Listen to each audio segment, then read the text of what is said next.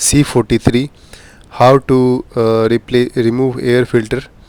This model year 2023 and this model 206. And in this car the engine is coming 139M 139 4-cylinder engine. So it's a little bit difficult to identify the location, and also compared to another 4-cylinder engine, it's easy to identify because they are giving on the top. And in this car, here in the front of the turbocharger, they are giving the location. So whenever you are going to replace the remove of the air filter, just you have to disconnect the hose pipe which one connected this cover.